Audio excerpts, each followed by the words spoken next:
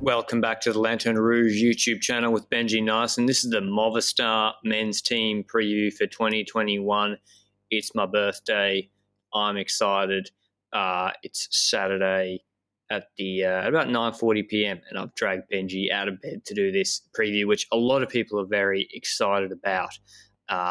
Movistar, Benji, I couldn't believe this. And when I asked you before we started recording, you were so far off the other week when I said how many wins did Movistar get in 2020. 2 wins in 2020 for Movistar. 1 before lockdown in Pollença to Andrade with Marc Soler. The second win, that Vuelta stage 2 with Marc Soler. So just 2 wins for this team, Benji. How does that? Is that the worst 2020 relative to the talent on the team for any of the teams we've done so far? I think so, yes, because we also saw 2 victories at Cofidis, but that's more explainable with just one rider that really didn't perform. But this team performed relatively decently when it comes to GCs, and it just doesn't have finishers on it, it seems. And the finishers that in the past, like Valverde, were extremely strong at gaining the victories for the team, just didn't do it because, well, Valverde, we can't say that he's young anymore, but for Valverde, that has never really played a role the last few years, unless last year, because last year it did feel like he was finally reaching that somewhat of a breaking point, but then in the Vuelta, he started coming back in that one stage that you were like, oh my God, he's on the scene again, but a pre-2020 Valverde would have won that stage in the Vuelta, I would say. Yeah, all that's in all, the big thing. Not a good season. That's the big thing is Valverde. And for reference, they won 21 races in 2019. I know it was a condensed season. 2018, they won 25 races, quite a lot of those at World Tour level, talking Catalunya, Paris-Nice, Tirreno, Giro stage, Tour de Suisse, Tour de France, Vuelta, a couple of stages from Valverde. So 2020 was a very, very poor year for Movistar. They got 5th in both the Tour and the Vuelta with Enric Mas. I mean, maybe that's fine. It's fine getting that 5th. I think that's good, actually. Yeah, it's good. I just mean in terms of if I was a sponsor, now maybe Movistar, the sponsor Movistar, are happy with that. Mm-hmm. But for me, that's not really... 5th in Tour is good. The 5th in the Vuelta, less so. But sorry, I should have prefaced this with the structure. 2020 season review, you know it already. Then the transfers. Then we pick the Monument and Grand Tour teams. Then we have our now infamous fan hot takes from the only Movistar fan in Poland later, Antek. And then we have our own predictions and hot takes at the end of this podcast. But yeah, what do you think? You said Valverde, Benji. I think that's part of it, but I looked at their previous wins. I mean, he wasn't cleaning up 10 of those 20, 12 of those 25 in previous years. Yes, he was absent because I think he seemed like his training, he just wasn't on top form, actually, coming out of lockdown. I don't actually think it was an age thing at all, personally, because he got better in the Vuelta later on. But yeah, just if we look at their team, Benji, I think it was what you said, they didn't have, we'll get to their transfers in a second, the finishers like Cataldo, Carlos Verona, Davide Villela, struggling there, Jorge Arcas, Carlos Betancourt, like he's gone to Pro Conti back in Colombia. Jorgensen's young, but he looked good. Nelson Oliveira's a worker. Pedrera's a worker. Jurgen Rolons on the wrong side of it. Jose Joaquin Rojas, a worker. Your favorite rider. It's just, I was like, 2 wins, not great. But then you look at the list of the guys in their team. It just it's not a very good team, in my opinion. Or am I missing someone that underperformed? Not really. I think that the whole team in itself kind of underperformed on paper because you've got Enric Mas. I think he was the rider on the team, obviously, that brought in the Grand Tour results. We know that top 5 in the Grand Tours was certainly his belonging. But the way they ride certain races has me doubting whether it's the right way to do it, because at the Giro, they had the likes of Cedro Samiti and such, at the start, he was going for GC, and he ended up doing relatively decent in GC, I think, 13th. Why would you try and aim for a top 15? As Sergio Samitier, you're probably like, I want to try and go for GC. I'm young, I can see where I can get, and definitely in a Grand Tour like the Giro. But as a team, that's not good enough, I think. For the rider it is, Samitier probably couldn't have thought about getting a top 15 before the Giro started, but when it comes to Movistar, they are expected to have more. And a rider like Samitier can get in breakaways, can also achieve stuff in breakaways. He's got a relatively good punch at the end of the stage. So someone like him, they could use differently than they did. And I think that counts for a lot of their riders for me personally. But like you say, I think Movistar's kind of in a struggle where they've got so many younger riders that aren't really bolstered into a certain way yet, that they don't have them as finishers yet. A Carretero in the Giro of 2019, the one where Carapaz won, that was 2019. Yes, it was 2019. Whew, memory.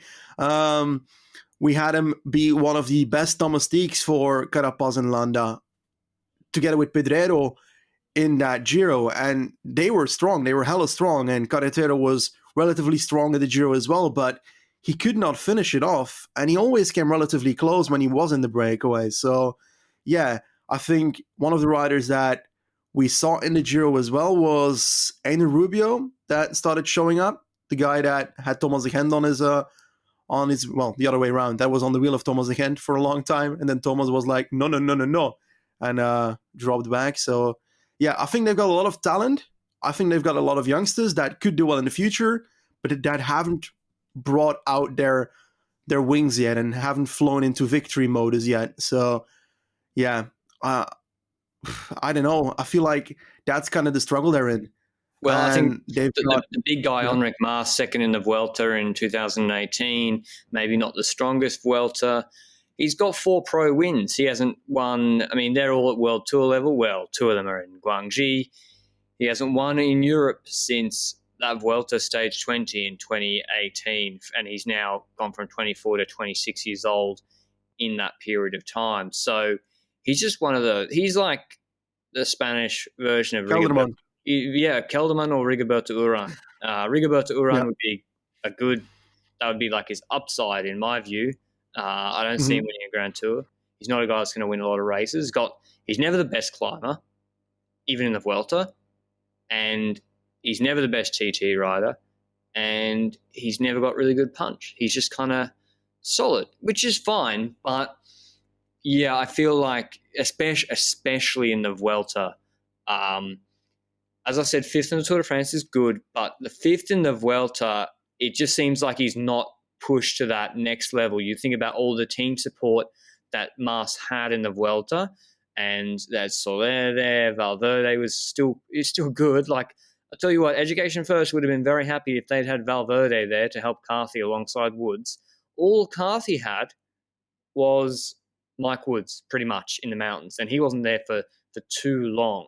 Whereas Soler was there helping Enric Mas right at the end of the last stage, mountain stage from memory.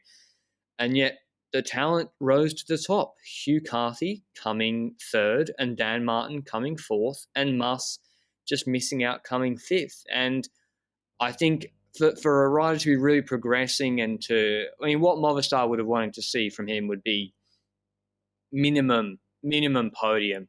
Yeah, Roglic, Carapaz, if you get beaten by them, fair enough. But you need to see him going for the podium if you're committing to have your team ride for him pretty much for 3 weeks. And that didn't really happen. Now, we bagged them, I think, justifiably for their 2020 season. Some of you might be surprised that they only won 2 races. But their transfers, I'm pretty high on. And bear in mind, they lost... When did they lose Quintana? He went to RK Samsic. So they've progressively lost a fair few wins throughout the years from 2018, 19, 20. But their 2021 transfers I really like. Out is Roland Bettencourt, Edward Prades, and Eduardo Sepulveda. All of them have moved down to lower levels of cycling, or I'm not sure where Roland's has gone. And none of them were moving the needle at all for Movistar. So absolutely fine with letting them go. And they're signing, so I doubt Benji's going to disagree with me on that. And then their incoming riders, I rate 3 of them very, very highly. And I'm not sure the last 2. I might need your input, Benji. But Miguel Angel Lopez, Superman Lopez from Astana to Movistar. Gregor Mühlberger, the Austrian, from Bora Hansgrohe to Movistar. Ivan Garcia Cortina from Bahrain, McLaren, incoming now. And Gonzalo Serrano and Abner Gonzalez from Caja Rural and Inteja Imca.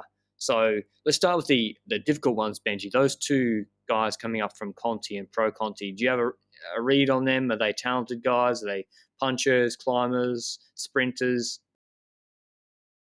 Let's start with the rider that I see as the worst one of the 2. That's Abner Gonzalez. He's 20, and that's very young to go to World Tour as well, like we've seen with a lot of riders so far. And he's the first one where I'm literally in doubt whether it was worth it to skip out on the U23 section. I don't know about the U23 scene in Puerto Rico where he's from or the regions that he raced in. He is used to riding the likes of Tour of the Gila.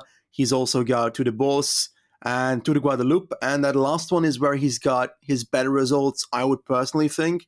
When it comes to the young riders at that race, he was found on youth classification after 2 riders that also joined World Tour, and that is Pronsky and Fedorov, both at Astana now. So it looks like that top 3 has completely entered into World Tour right now.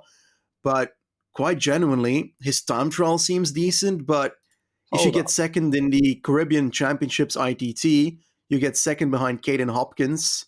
Well, I don't know Caden Hopkins, so... How did this guy get a contract? Am I missing something? Is PCS missing 2020 results? I'm not being harsh or mean, but this guy didn't race a professional race in 2020, and I know there were cancellations, but even if you're on a Conti team, there should have been races in 2020 that you were doing.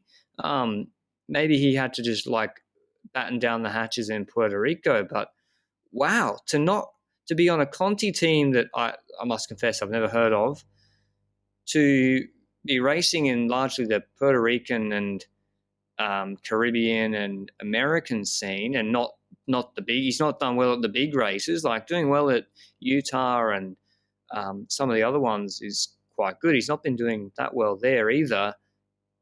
To skip a year and then go World Tour, what? How has this happened? The reasons that Unzoe came onto him was because he ended up being one of the better riders in the Spanish amateur scene just after COVID struck. Right. And he ended up winning quite a bunch of stuff amateur-wise. So I think those amateur races in Spain are the races that Unzoe is referring to as the races that he was, entitled to join World Tour from. So we don't know the results there because it's hard to find those from amateur races. 3-year deal. I know he's 20. Maybe he's got really good. Like he's come out of lockdown. He's been training like an animal. He's back. He's over in Europe now. He's 20. He's improved a lot from 18 to 20, which would make complete sense. And he's testing really well and doing well in these amateur races that are probably quite competitive.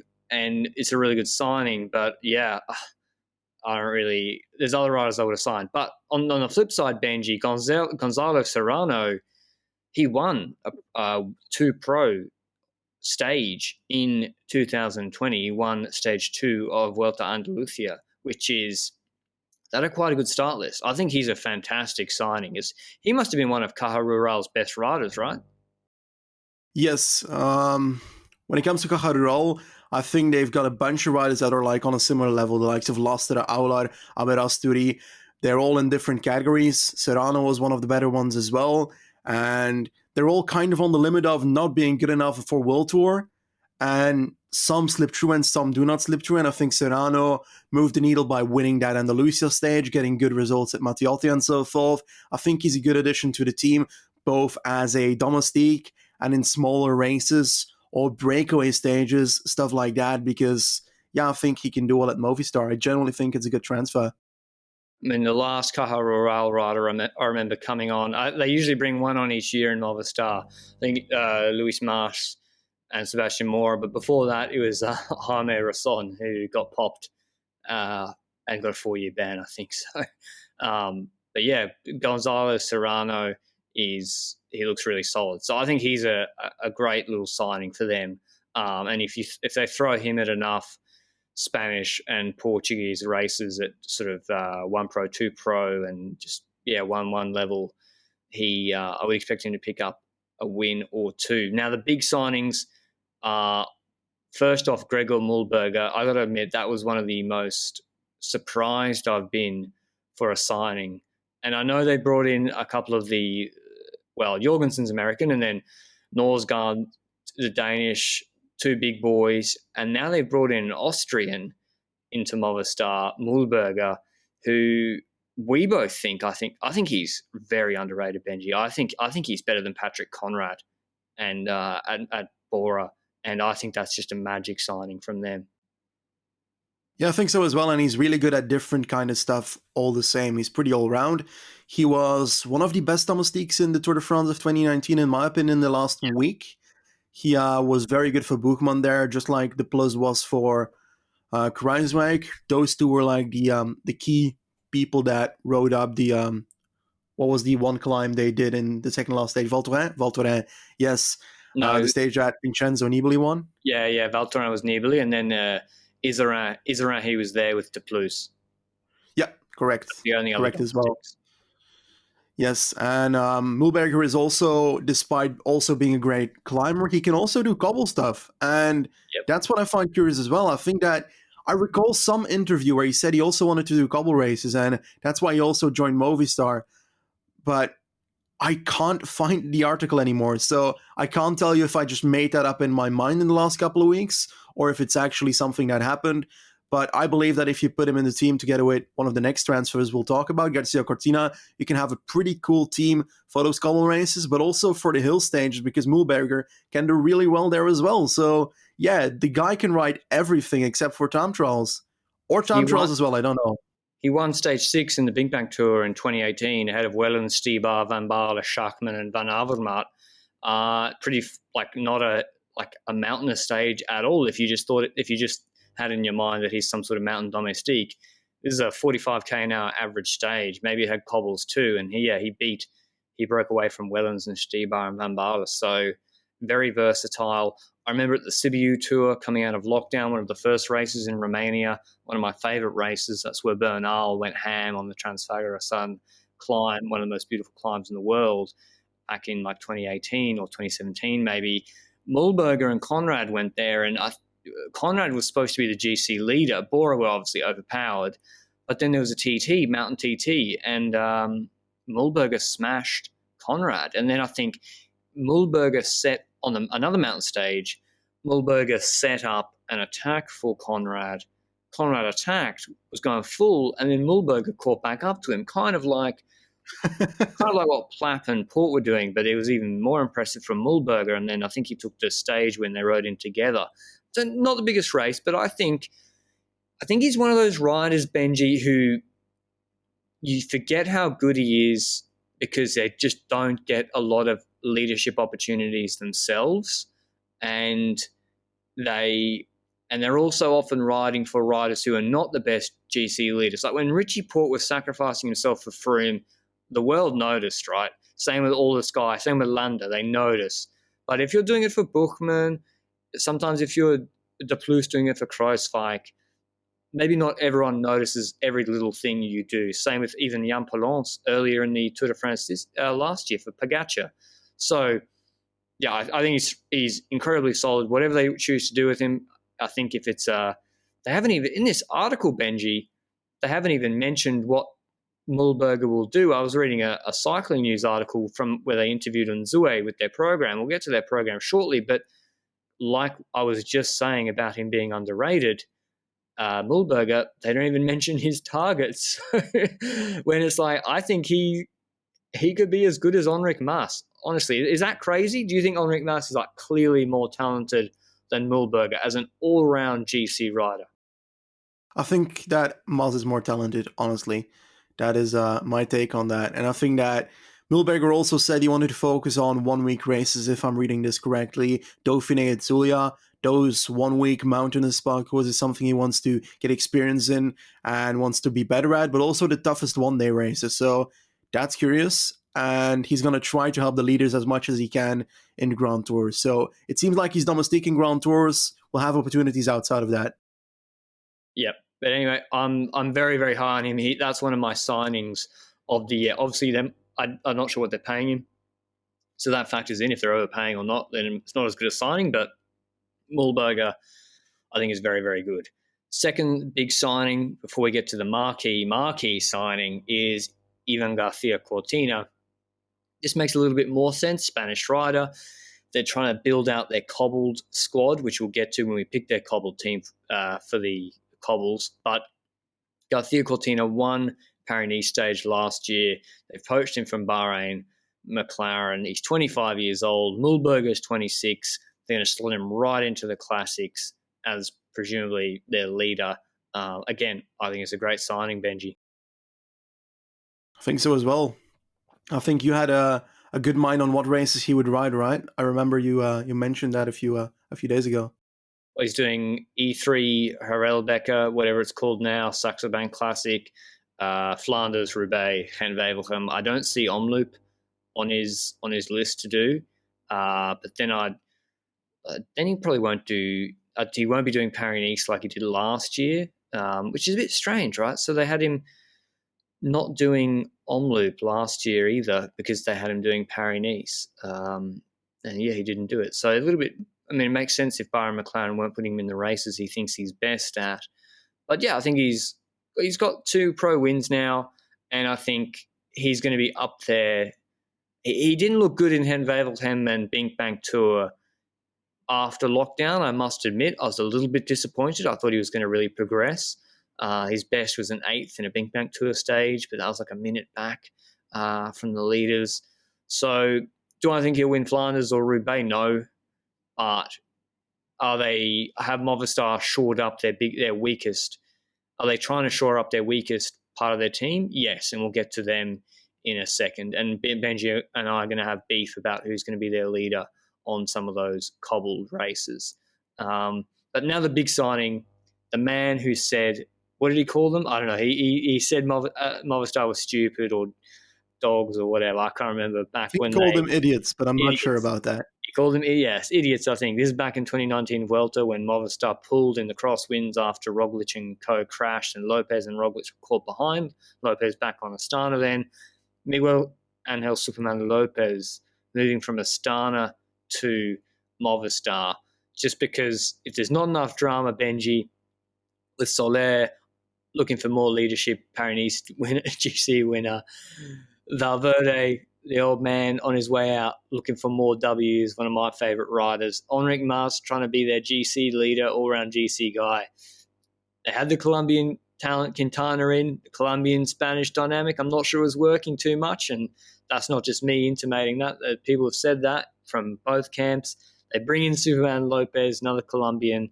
Do you think it's going to be a disaster, or is it an inspired move? I think it's an inspired move. I kind of like it.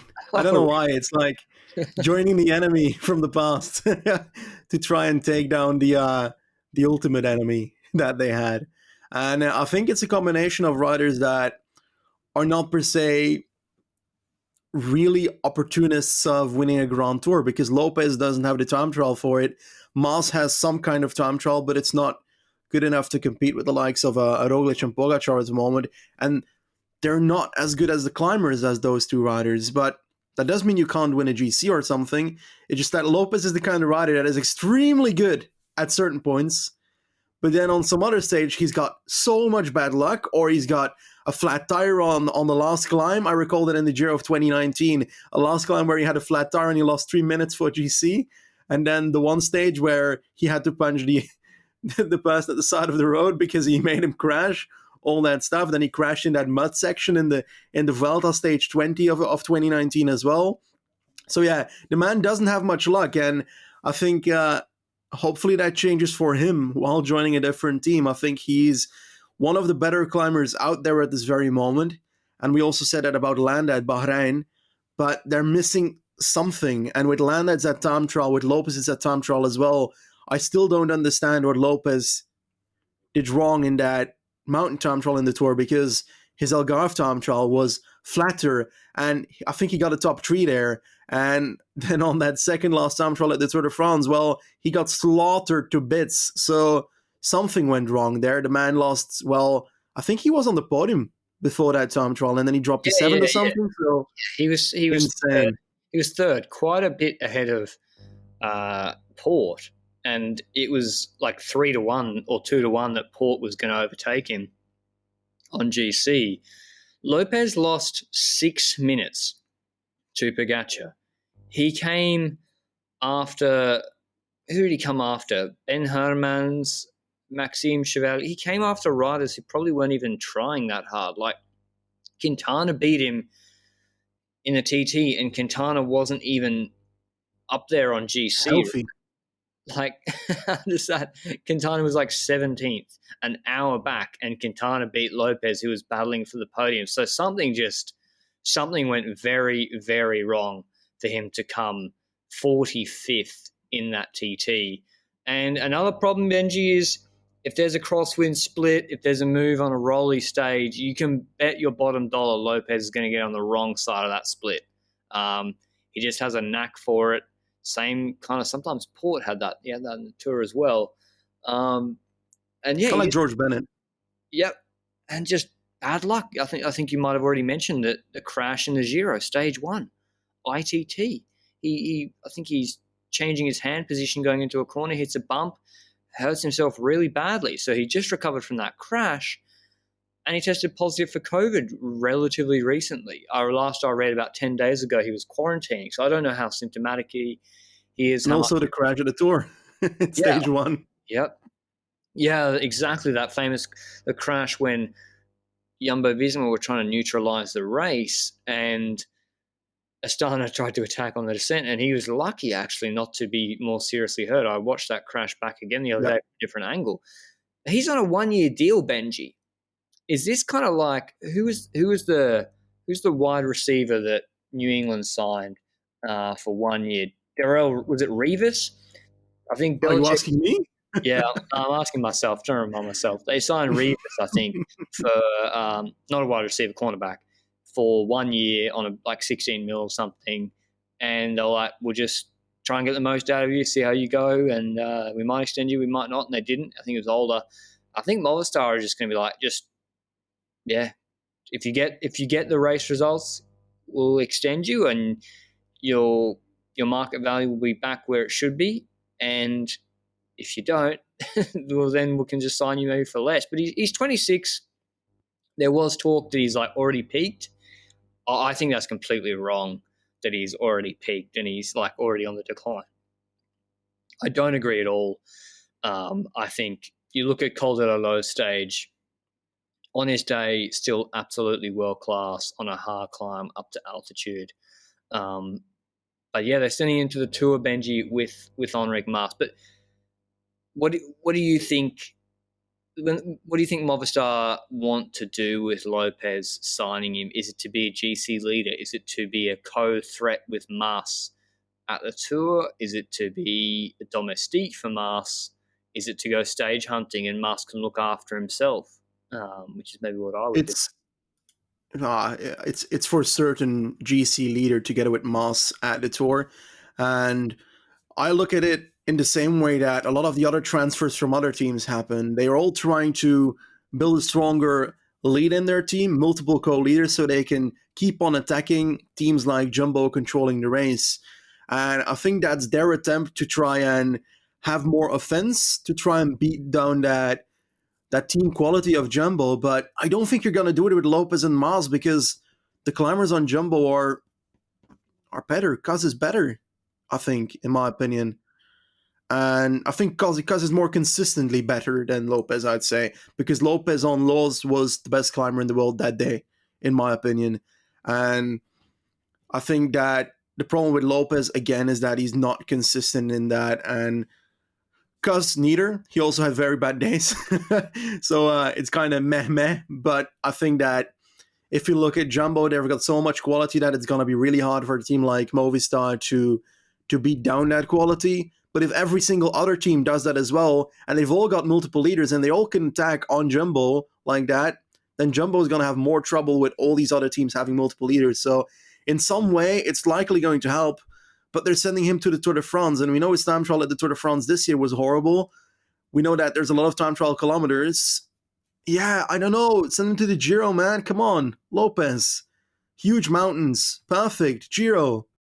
Yeah, I hear you. I think it's a good signing because, listen, we've done a lot of these team previews. We're looking down the lists and we're like, oh, who are they going to take? Who's going to be the leader at Basque Country, Catalonia, Tour de Suisse, Paris-Nice, Tirreno Adriatico, Criterium du Dauphiné?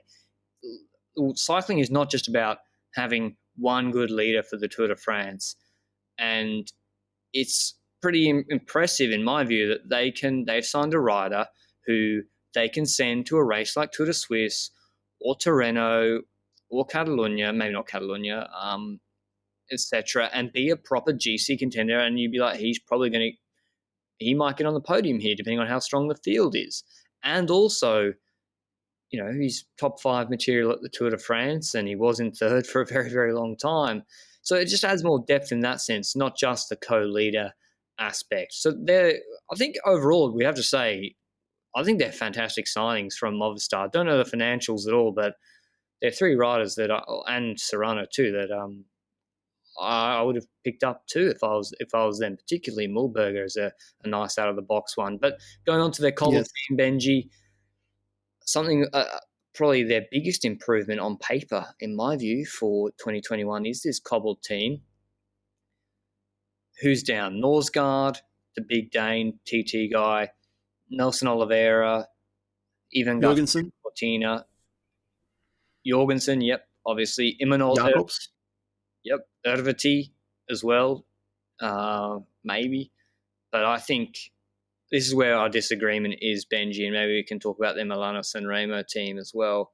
But I think Matteo Jorgensen is where they should be. They should be having him as co-leader with Garcia Cortina. I don't think Garcia Cortina has shown anywhere near enough as maybe we think on the cobbles that he just deserves to have everybody ride for him.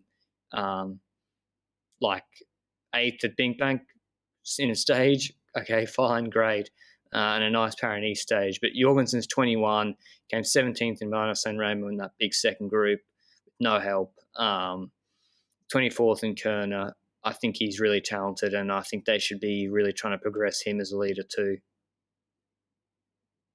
I agree. No, that's not how this is supposed to work. I've convinced you, I guess. I've convinced you since the other week. Yeah, that's true. But also in general, I think that Garcia Cortina has proven more than Matteo Jorgensen. Yeah, for sure. I believe that when it comes to both of them being past the Poggio in the first group, somehow 10-man group makes it to the finish in Milano Sanremo, and they are with 2 riders in there, then they have to use Jorgensen for Garcia Cortina. Of course. Because when it comes to the sprint. Yeah. He's a great reduced punch sprinter. Yeah, in that form, I think that they should both give themselves a chance, because Milano Sanremo is the kind of race where you can have co-leaders because everybody else is going to take care of the work.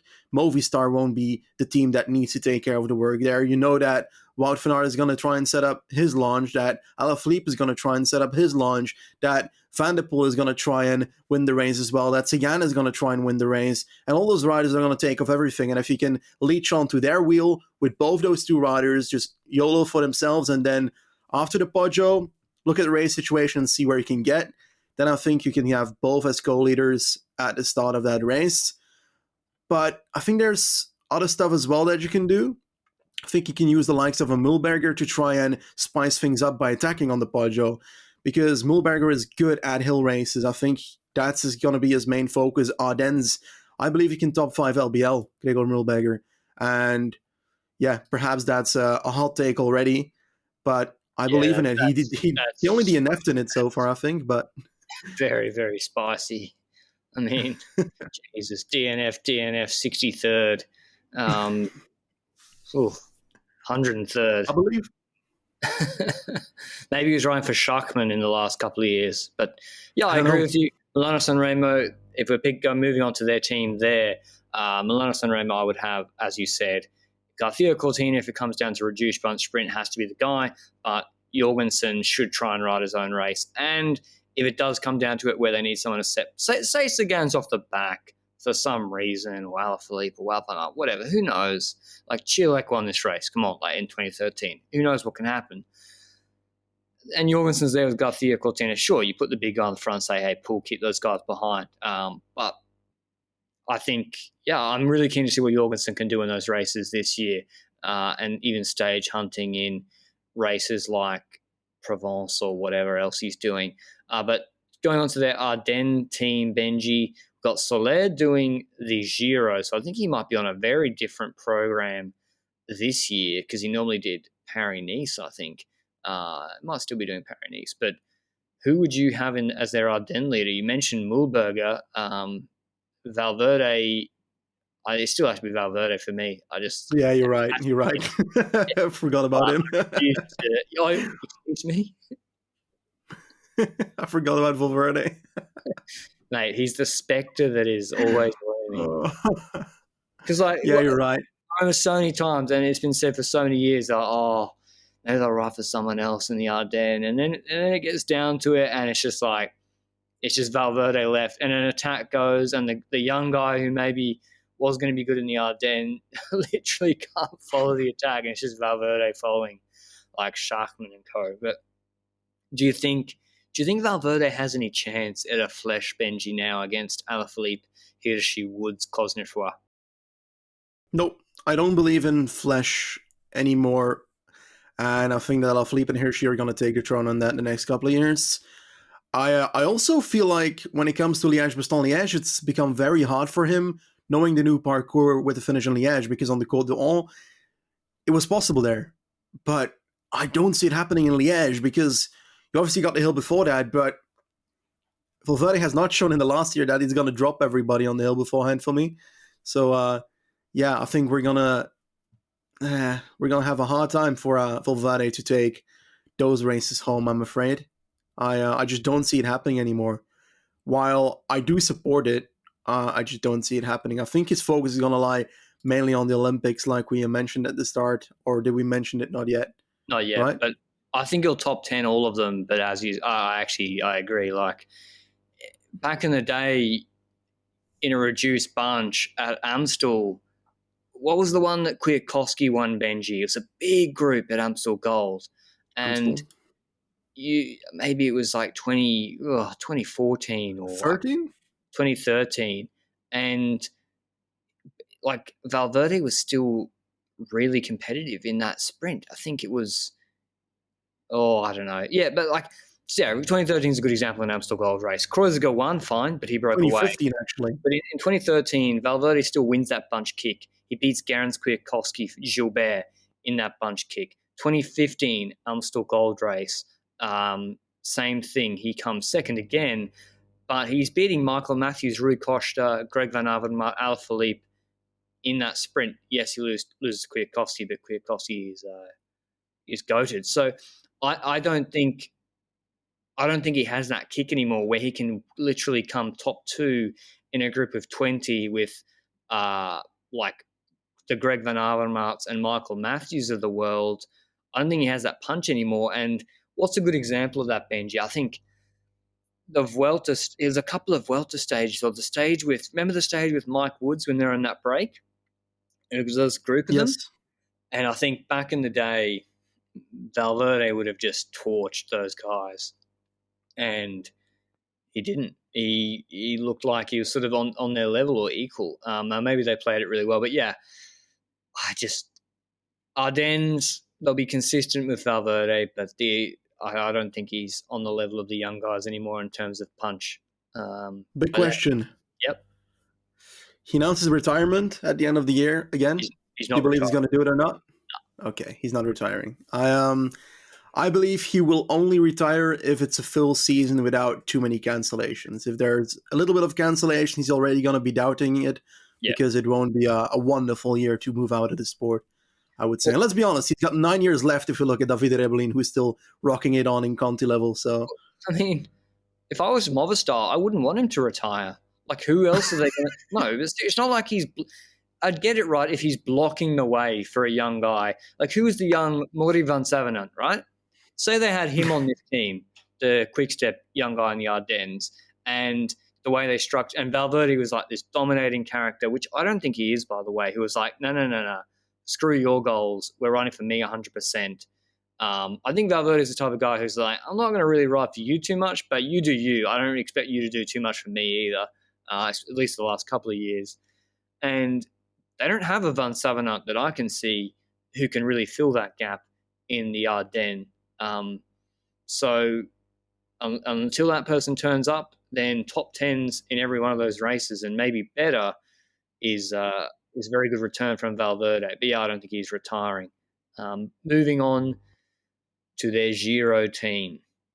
Now, Benji already said that he thought Miguel Angel Lopez should have gone there. Sending Marc Soler, I presume, as a full going for GC completely.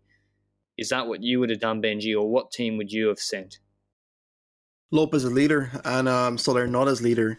Over the last couple of years, Soler has always tried to worm his way into a GC position, and he got it in the Vuelta last year in the sense that there was a certain point where he was able to go for GC for himself.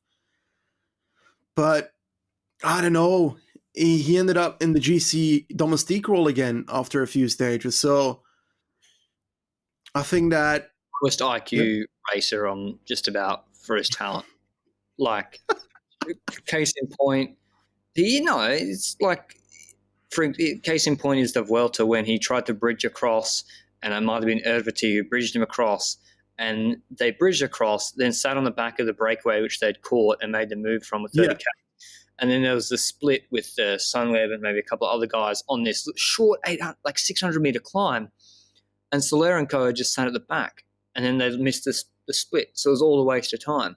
And there's other things maybe that he's done, like in the Tour de France, he would just pull and attack and try and bridge incessantly. And I think Sharkman and Kamner was sitting on him like, thank you very much. So, yeah, Giro, do you think the longer climbs will suit him? I think the longer climbs will suit him.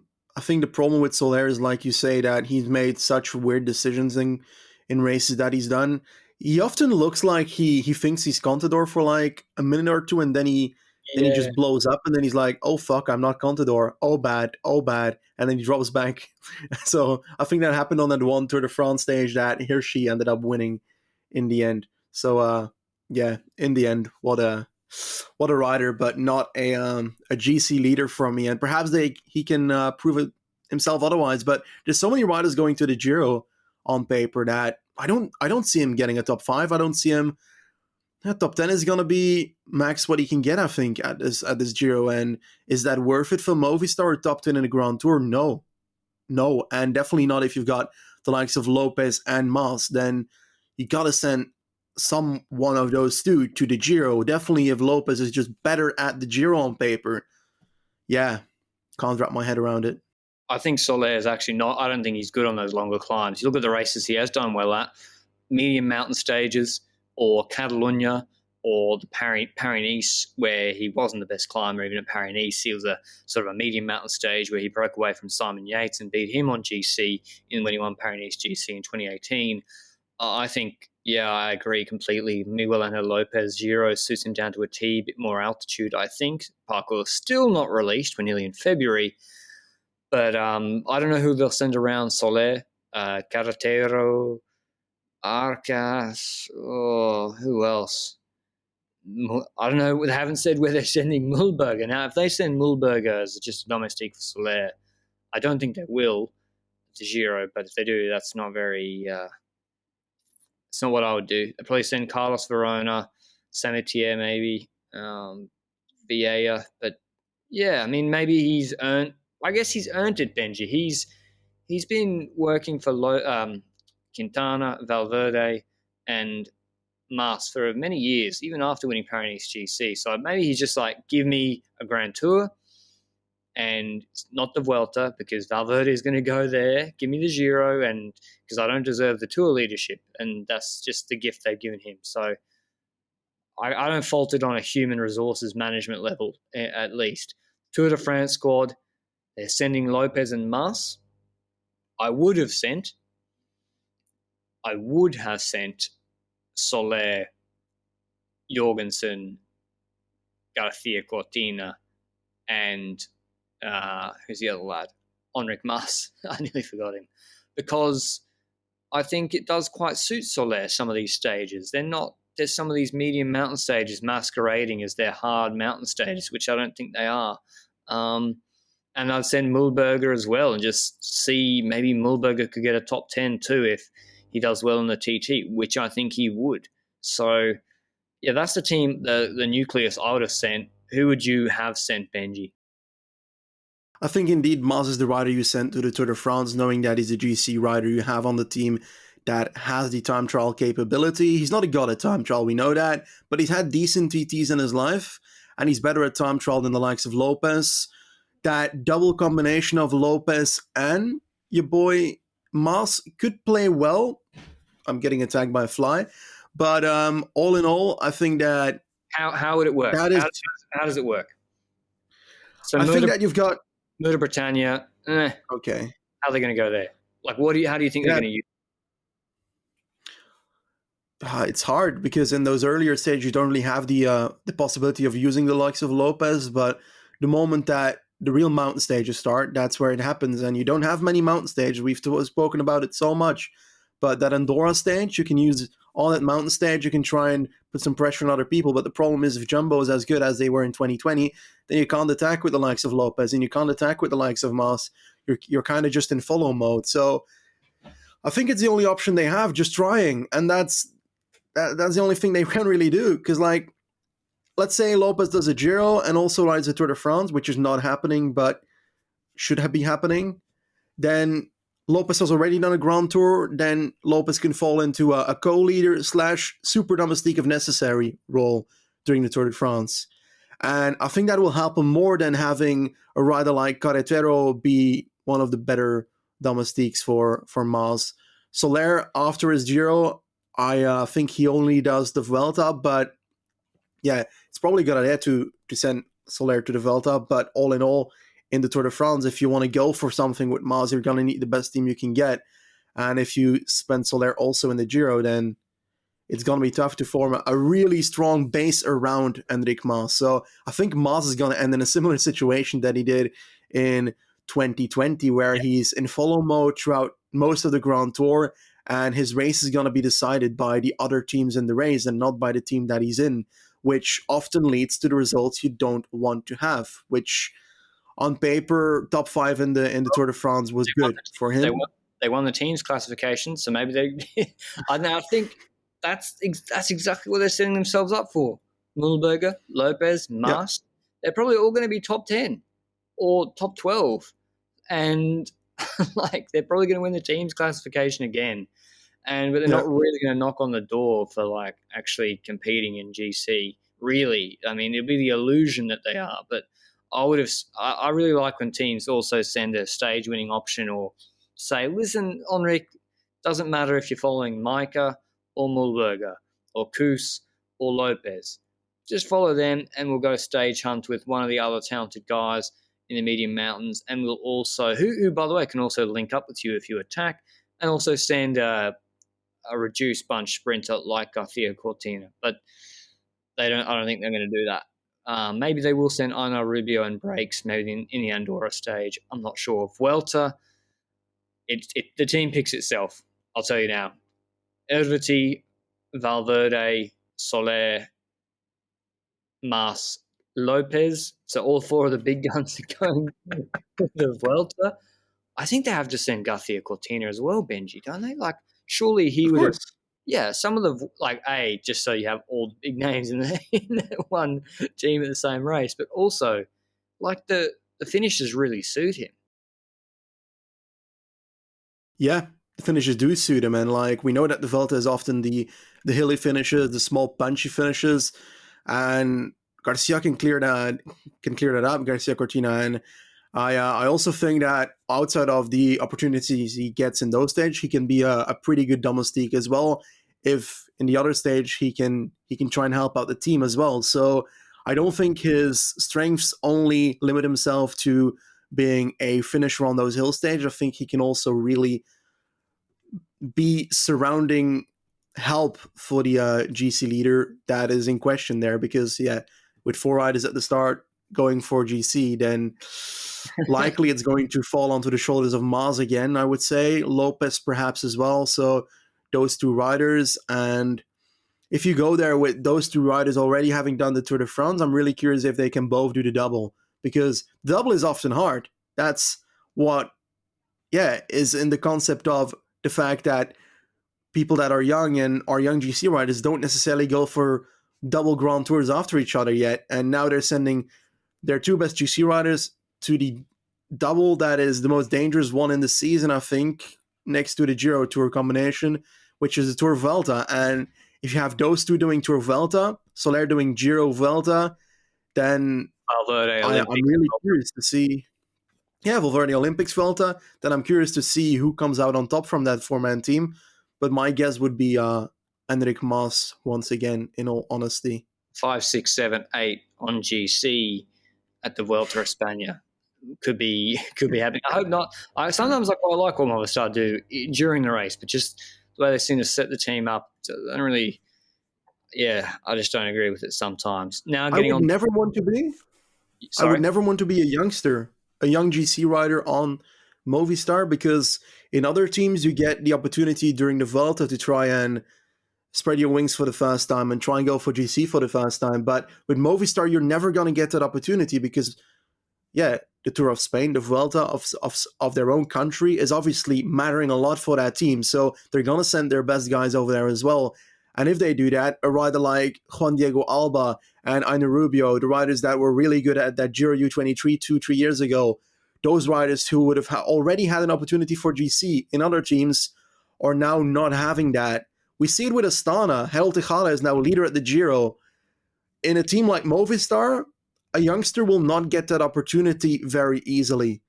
And I think that's a real problem for their future when it comes to GC leaders. I think that's also why the big guns like, I don't even know at this point, but like big young riders that are talented and are extrapolating into a GC rider in the future, then I wouldn't sign for Movistar just for that reason only, because the opportunities lie solely in the 1 week races on which you've also got plenty of leaders to help out on. So I think they're kind of blocked there when it comes to getting new talent that is really strong for those GC races in the future. Well, their only big win, the Vuelta stage, came from Marc Soler, almost defying team orders and attacking on a descent when no one, including his team, seemed to expect it, and just no one decided to chase him back. I do think the guys in the car, I know it sounds harsh, but and we're just seeing we're just seeing snippets from the documentary. They're not good. They're like, that's the sort of thing you'd expect watching like a under 12s soccer team with one of the dads coaching in community soccer or something, or football, because just screaming like show them your balls all the time. Like, are you kidding me? And just not like nonsense, and like multiple people screaming into the mic, the team radio, handing it to Nzue and back. They're disagreeing with each other over the team radio. It's just a bit of a shit show sometimes. So no wonder Landa and co would pull out the old earpiece when they're trying to ride their own pace up a climb. I don't blame them. But now on to the hot takes in a second.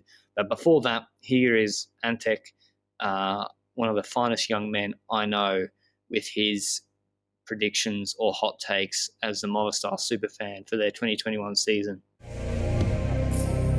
Hi Benji, my name is Antek, I'm from Lanterne's Discord. My Movistar predictions for next season are pretty simple. Their season will be better than last year, because last year was shit. Apart from us doing well at both Tour and La Vuelta, Ivan Garcia Cortina will win at least three races.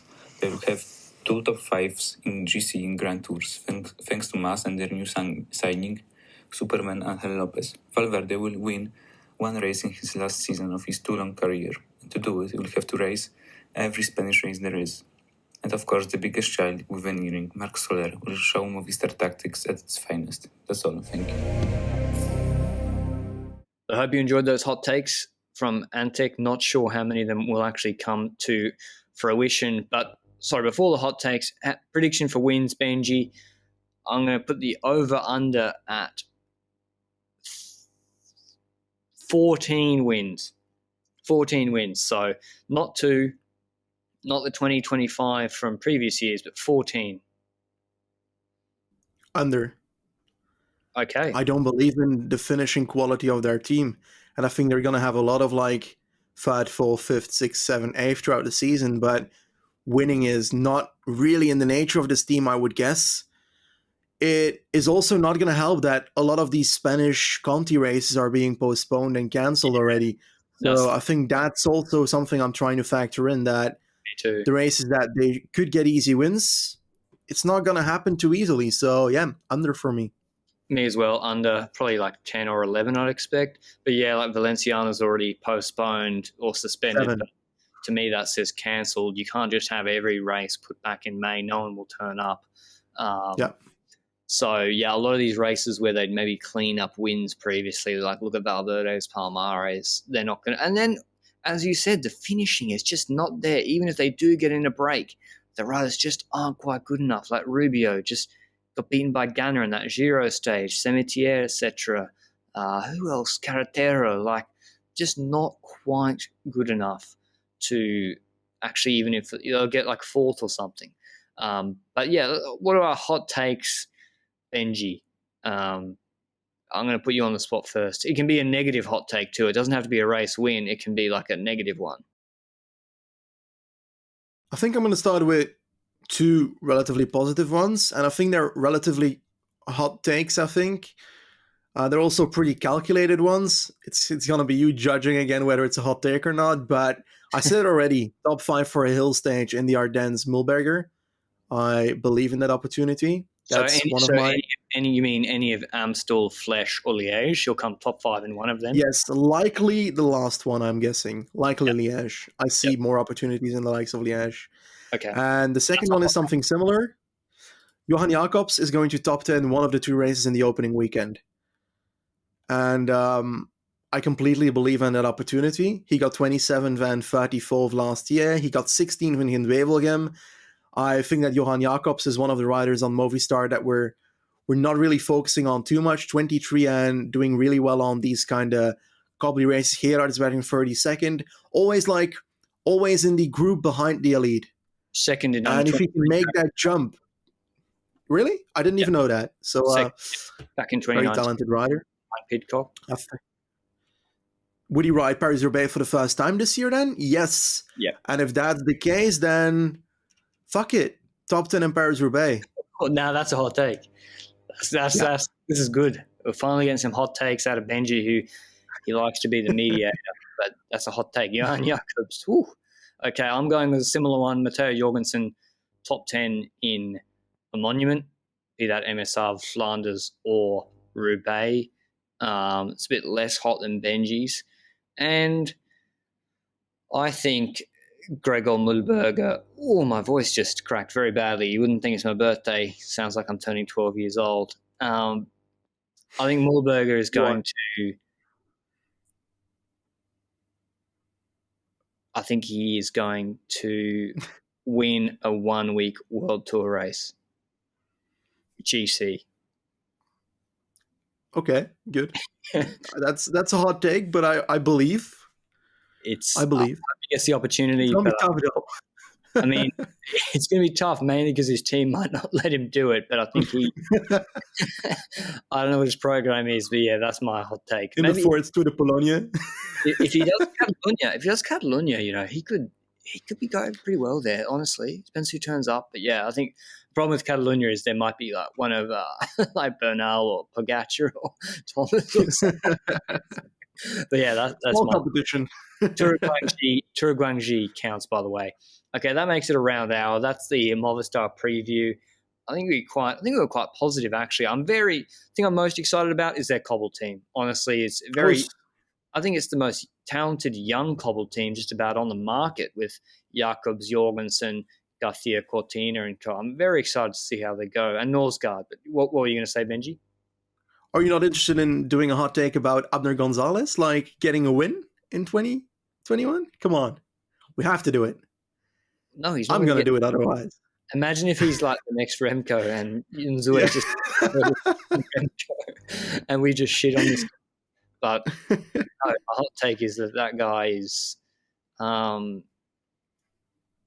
I mean, I don't know. It's not a hot take. It's a cold take. I don't think he's very good. Like, you can have a hot take on if you want. I think my negative hot take is that Enric Mas won't come better than top 5 in either of the Vuelta or the Tour, and it'll just be anonymity once again. And I think he might even not be in top 10 in one of those two as well. So yeah. And Valverde, he wants to go for the Olympics. Yeah, I love Valverde, but I think he's struggling as well. But yeah, sorry, Benji. That's what's your Abner Gonzalez hot take? He's going to win a race. That's so stupid. That's not even a hot take. You're just trying to troll me. Race. If it happens, come on. Professional race. A professional race, yeah? Just a race? Well, no, because he's doing Spanish crits in an industrial park or something, and that's why he's been signed, and he's been winning them, so they don't count. I mean, now you made me go over an hour. You're talking about Abner Gonzalez. Someone marked that down on the spreadsheet. That's the hottest take so far to win a professional race. He's probably going to win like 10 now. But that's all from us at Lanterne Rouge Cycling Podcast and Movistar Preview. We will see you shortly, probably tomorrow, with our next one. Thanks for listening. Ciao.